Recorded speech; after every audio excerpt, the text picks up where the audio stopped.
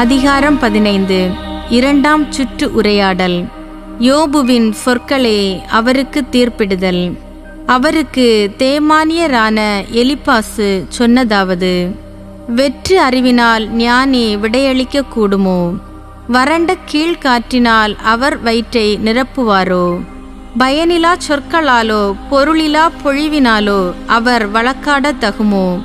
ஆனால் இறை அச்சத்தை நீர் துறந்துவிட்டீர், இறை சிந்தனையை நீர் குறைத்துவிட்டீர். குற்றம் வாயை உந்துகின்றது, வஞ்சக நாவை நீர் தேர்ந்து கொண்டீர். கண்டனம் செய்தது வாயே, நான் அல்லன். உதடுகளே உமக்கு எதிராய் சான்றுரைக்கின்றன. மாந்தரில் முதற்பிறவி நீர்தாமோ? மலைகளுக்கு முன்பே உதித்தவர் நீர்தாமோ? கடவுளின் மன்றத்தில் நீர் கவனித்து கேட்டீரோ? உமக்கு மட்டுமே ஞானம் உரியதென கொண்டீரோ? எங்களுக்கு தெரியாத எது உமக்கு தெரியும்? எங்களுக்கு புரியாத எது உமக்கு புரியும்? நரைமுடியும் நிறைவயதும் கொண்டு நாள்களில் தந்தைக்கு மூத்தோர் எங்களிடை உள்ளனர். கடவுளின் ஆறுதலும் கனிவான சொல்லும் அற்பமாயினவோ உமக்கு? மனம் போன போக்கில் நீர் சொல்வது ஏன்? கண்கள் திருவென விழிப்பது ஏன்? இறைவனுக்கு எதிராய் சினத்தை திருப்புவதேன்? வாயில் வந்தபடி வார்த்தைகளை கொட்டுவதேன்? மாசற்றவராய் இருக்க மானிடர் எம்மாத்திரம்? நேர்மையாளராய் இருக்க பெண்ணிடம் பிறந்தவர் எம்மாத்திரம்? வானதூதரில் இறைவன் நம்பிக்கை வையார், வானங்களும் அவர்தம் கண்முன் தூயவையல்ல.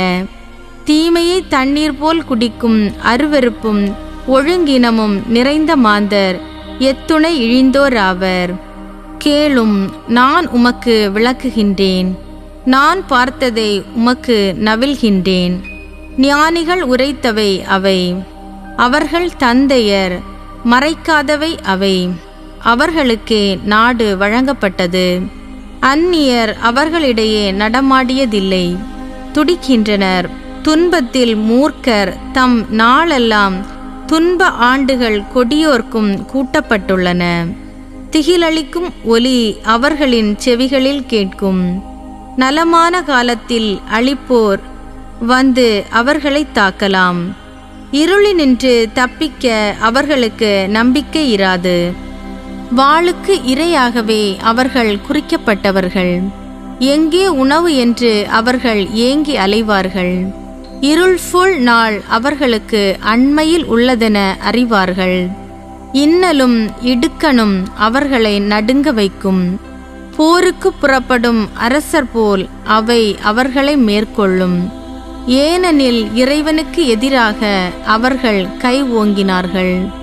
எல்லாம் வல்லவரை எதிர்த்து வீரம் பேசினார்கள். வணங்கா கழுத்தோடும் வலுவான பெரிய கேடயத்தோடும் அவரை எதிர்த்து வந்தார்கள். ஏனெனில் அவர்களின் முகத்தை கொழுப்பு மூடியுள்ளது, அவர்களின் அடிவயிறு பருத்துள்ளது. பாழான பட்டணங்களில் அவர்கள் குடியேறுவார்கள். உறைய இயலா இல்லங்களிலும் இடிபாடுகளுக்குரிய வீடுகளிலும் அவர்கள் குடியிருப்பார்கள். அவர்கள் செல்வர் ஆவதில்லை, அவர்களின் சொத்தும் நில்லாது. அவர்களது உடைமையும் மண்ணில் பெருகாது. இருளுக்கு அவர் தப்புவதில்லை, அவர்களது தளிரை அனல் வாட்டும். அவர்களது மலர் காற்றில் அடித்து போகப்படும். வெறுமையை நம்பி ஏமாந்து போக வேண்டாம், ஏனெனில் வெறுமையே அவர்களது செயலுக்கு வெகுமதியாகும். அவர்களது வாழ்நாள் முடியும் முன்பே அது நடக்கும். அவர்களது தளிர் உலர்ந்துவிடும். பிஞ்சுகளை உதிர்க்கும் திராட்சை செடி போன்றும் பூக்களை உகுக்கும் ஒலிவ மரம் போன்றும் அவர்கள் இருப்பார்கள். ஏனெனில் இரையச்சமில்லாரின் கூட்டம் கருகிப்போம், கையூட்டு வாங்குவோரின் கூடாரம் எரியுண்ணும்.